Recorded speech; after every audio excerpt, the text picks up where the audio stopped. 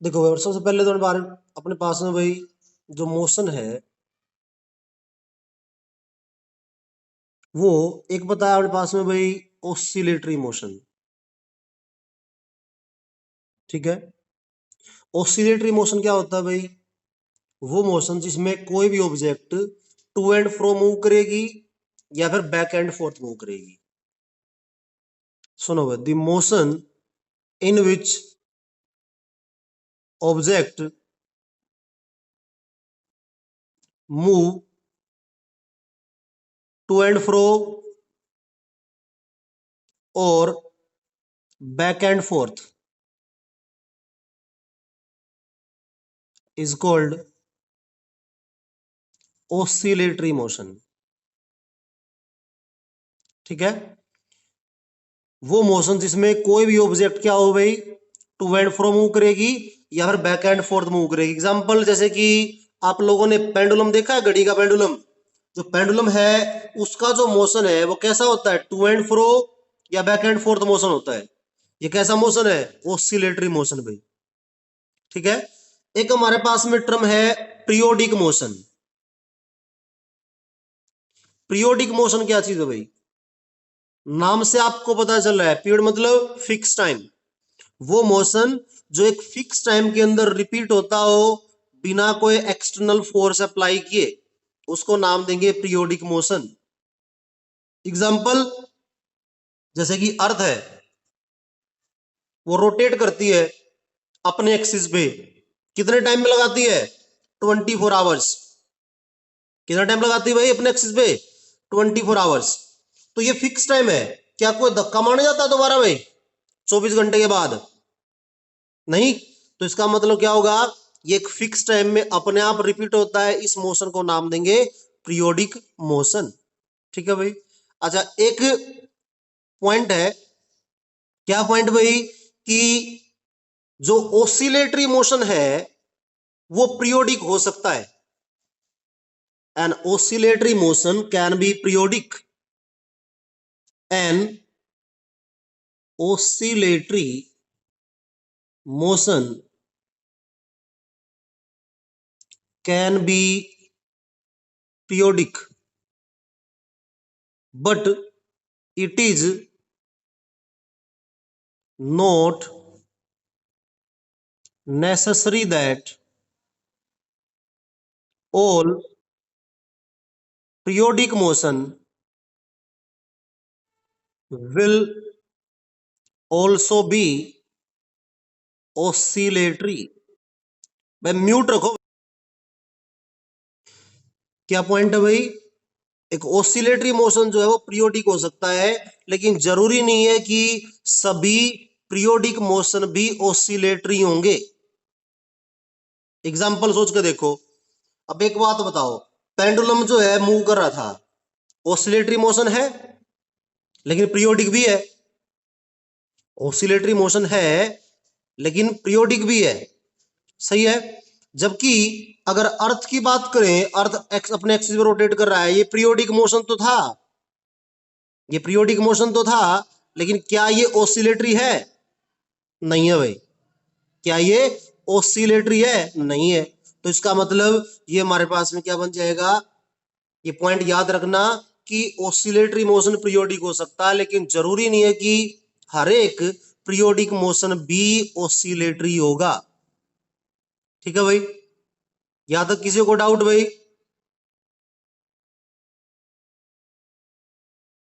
बोल के बताएंगे सभी, किसी को अगर कोई भी डाउट है तो भाई।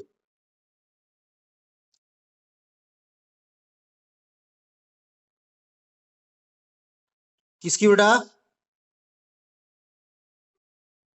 पीरियोडिक मोशन की क्या होगी हमारे पास में भाई? वो मोशन जो अपने आप रिपीट होता है in a finite interval of time, उसको नाम देंगे पीरियोडिक मोशन। ठीक है।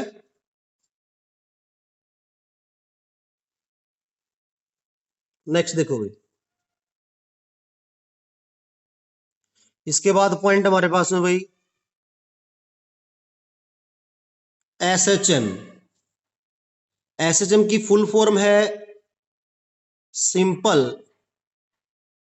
हार्मोनिक मोशन, पूरा चैप्टर इस टॉपिक के ऊपर बेस्ड है भाई। Simple harmonic motion, simple harmonic motion क्या चीज है? वो मोशन जिसमें या जिसको एक्सप्लेन कर सकते हैं with the help of simple harmonic function, the motion which can be expressed in term of simple harmonic function, the motion which can be expressed in term of simple harmonic function is called simple harmonic motion। अब बात आ गई simple harmonic function क्या है। Listen भाई, जैसे displacement अगर मैं आपको लीनियर मोशन में बता देता या एंगुलर मोशन में बता देता, उस डिस्प्लेसमेंट का एक बार डेरिवेटिव क्या बताएगा आपको? वेलोसिटी। दो बार डेरिवेटिव क्या बताएगा आपको? एक्सेलरेशन। तो सिमिलरली इसमें डिस्प्लेसमेंट का फार्मूला है y equal to a sine omega t. ये डिस्प्लेसमेंट का फार्मूला है। अब ये आया कैसे है? ये भी डेरिवेशन आएगा हमारे पास। तो सिंपल हार्मोनिक फंक्शन क्या होगा भाई? वो मोशन जिसको हम इस फंक्शन की हेल्प से एक्सप्रेस कर सकते हैं, उसको नाम देंगे हम भाई सिंपल हार्मोनिक मोशन। ठीक है। इसके बाद है भाई पीरियोडिक फंक्शन। पीरियोडिक फंक्शन क्या है भाई? वो फंक्शन है बेटा, सिंपल हार्मोनिक मोशन की डेफिनेशन है वो मोशन जिसको, हाँ हाँ सुनो बेटा सुनो, the motion which can be expressed in term of simple harmonic function, जिसको सिंपल हार्मोनिक फंक्शन की टर्म में एक्सप्रेस कर सकते हैं। सिंपल हार्मोनिक टर्म में एक्सप्रेस करने का मतलब हम इस, ये डिस्प्लेसमेंट का फार्मूला है एसएचएम में, और इस फार्मूले की हेल्प से क्या कर सकते हैं? वेलोसिटी बता सकते हैं, एक बार डेरिवेटिव करके, दूसरी बार डेरिवेटिव करके एक्सेलरेशन निकाल सकते हैं। तो मतलब ये वो फंक्शन है जिसकी हेल्प से किसी भी मोशन को एक्सप्लेन किया जा सकता है। ठीक है, इसको बोलते हैं सिंपल हार्मोनिक फंक्शन। ठीक है भाई। पीरियोडिक फंक्शन क्या है? A sine omega t. Omega angular velocity होती है बेटा, ये आएगा भी एक्सप्रेशन अभी। पीरियोडिक फंक्शन क्या है भाई? वो फंक्शन है जिसको एक्सप्रेस कर सकते हैं, जैसे कि एक बात सुनो, साइन ऑफ थीटा है, साइन थीटा, साइन थीटा बराबर होगा साइन ऑफ थीटा प्लस 2 पाई के, होगा, क्योंकि हर 2 पाई एंगल के बाद वैल्यू क्या हो जाती है? रिपीट। तो इसका फंक्शन कौन सा है? पीरियोडिक फंक्शन बन गया ये। जैसे मान लिया और एग्जांपल देखो, एफ ऑफ टी कोई फंक्शन मान लिया मैंने, कोई एफ फंक्शन है, पढ़ा था ना छोटी क्लासेस में, 10th पढ़ा होगा। एफ कोई फंक्शन मान लिया एक्स पे डिपेंड करता है, या मैंने टाइम पे मान लिया डिपेंड करता है। ठीक है, एफ फंक्शन था जो टाइम पे डिपेंड करता है। अगर इस फंक्शन की वैल्यू रिपीट होती है हर टी टाइम के बाद, एफ ऑफ टी तो था ही, टी टाइम के बाद उसके बराबर ही आ गई value, F of T plus 2t के बराबर ही इतनी वैल्यू आ गई, और F of T plus 3t के बराबर भी इतनी वैल्यू आ गई।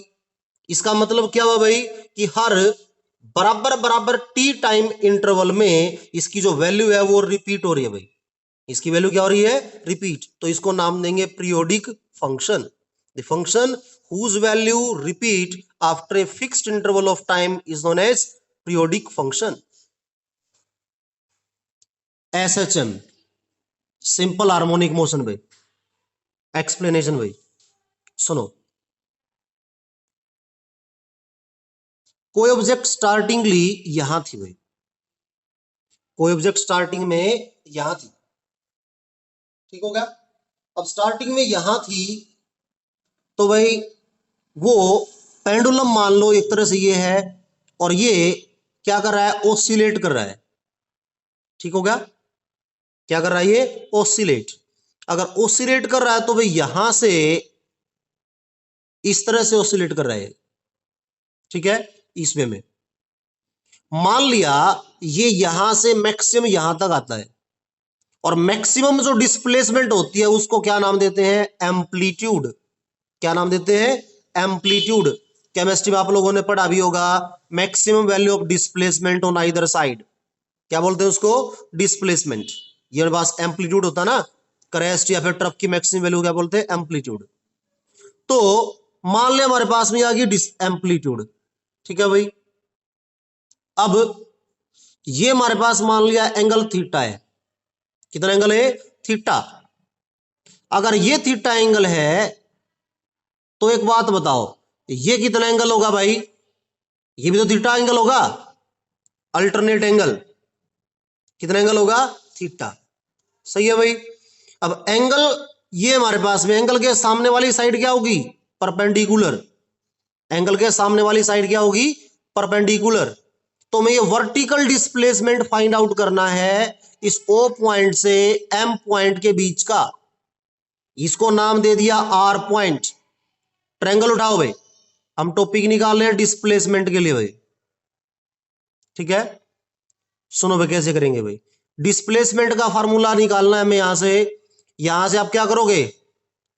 इन triangle OMR sine of theta की वैल्यू बताओ कितनी आएगी भाई? साइन थीटा, ये थीटा एंगल है, एंगल के सामने परपेंडिकुलर, एंगल के सामने परपेंडिकुलर, ये वर्टिकल डिस्प्लेसमेंट थी तो इसको नाम दे दिया y। क्या नाम दे दिया? y। तो y होगी ऊपर वर्टिकल डिस्प्लेसमेंट जो फाइंड आउट करनी थी मुझे, डिवाइड बाय क्या होगा? हाइपोटेनस। हाइपोटेनस कितना है? Amplitude a।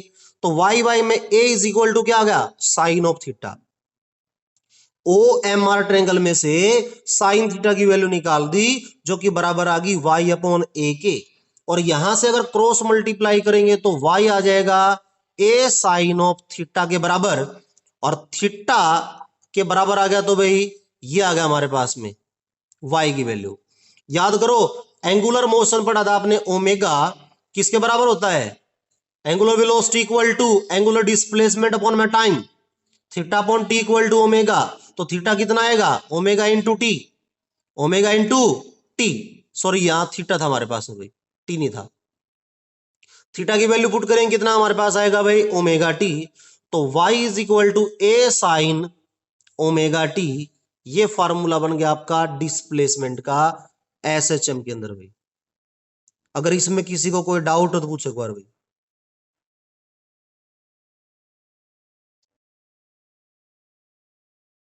बेटा ओमेगा है एंगुलर वेलोसिटी, और किसके बराबर होगा? एंगुलर डिस्प्लेसमेंट अपॉन में टाइम के बराबर।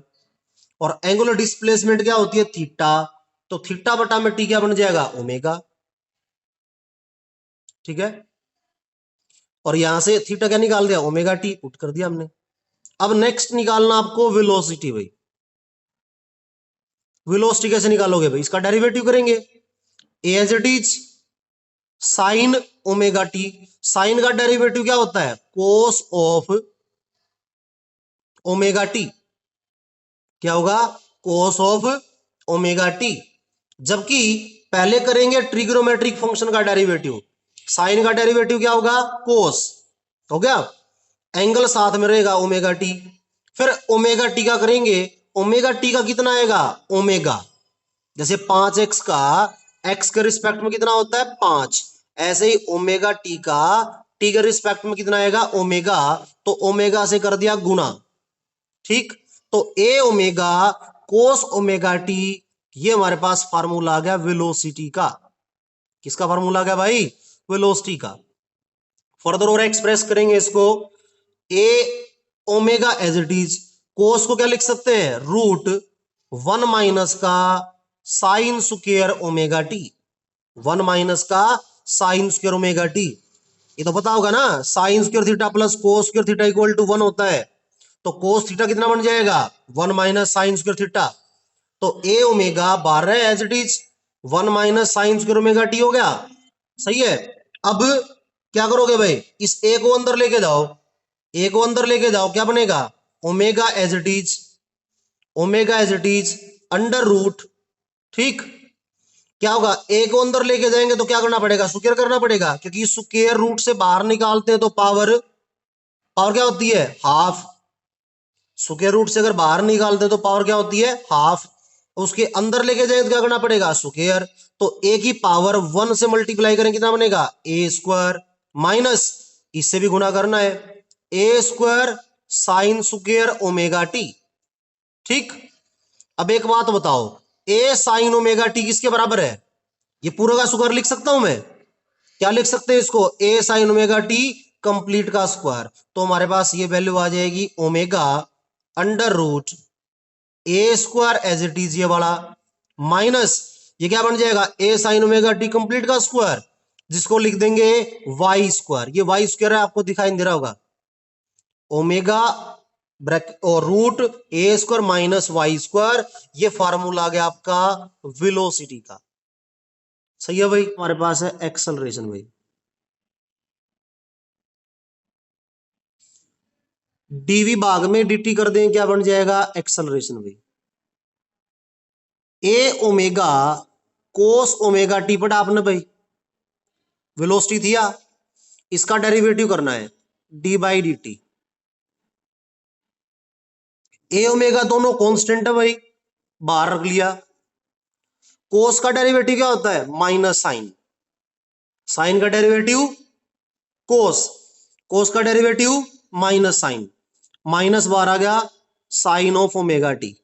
ठीक है भाई, क्लियर है। फिर ओमेगा टी का दोबारा से करेंगे, ओमेगा आएगा तो ओमेगा एक ऑलरेडी है, एक और ओमेगा आएगा तो क्या बन जाएगा, omega square is equal to acceleration. तो एक्सेलरेशन कितना आएगा, minus omega square A sine omega t.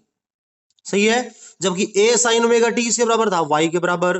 तो ए किसके बराबर आ गया, माइनस ओमेगा स्क्वायर वाई। ये फार्मूला आ गया हमारे पास में एक्सेलरेशन का। किसका फार्मूला आ गया, एक्सेलरेशन का।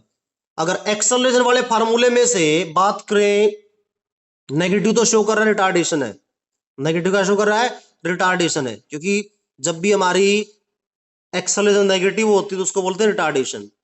लेकिन यहां मैग्नीट्यूड की टर्म में लेंगे तो हम निकालेंगे यहां से टाइम पीरियड।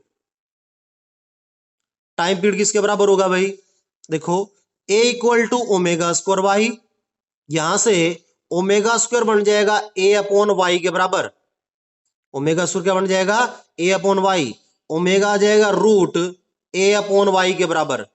ओमेगा क्या होता है, 2 पाई बाई टी के बराबर।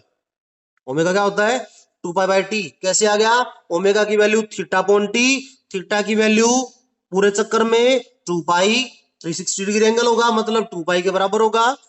यहां से टी निकाल दिया हमने भाई, टी आ जाएगा 2 पाई अंडर रूट